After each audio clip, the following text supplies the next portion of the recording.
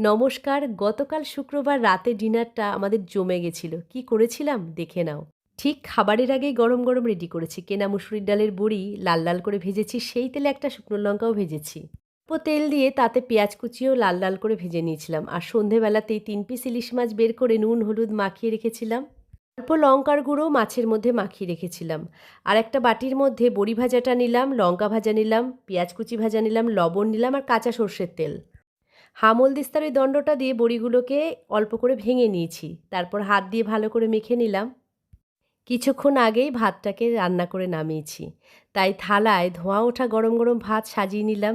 নিয়ে নিলাম বেশ খানিকটা বড়ি মাখা। আর ভাতের উপরে নিলাম একটা ইলিশ মাছ ভাজা আর সাথে নিলাম ইলিশ মাছ ভাজার তেল বেশ অনেকটা। গতকাল ডিনারে এই দুটো পদ ভীষণ তৃপ্তি করে আমরা খেয়েছি। তোমাদের কেমন লাগলো অবশ্যই জানিও। ভালো লাগলে লাইক, কমেন্ট, শেয়ার, সাবস্ক্রাইব করো। সবাই ভালো থেকো।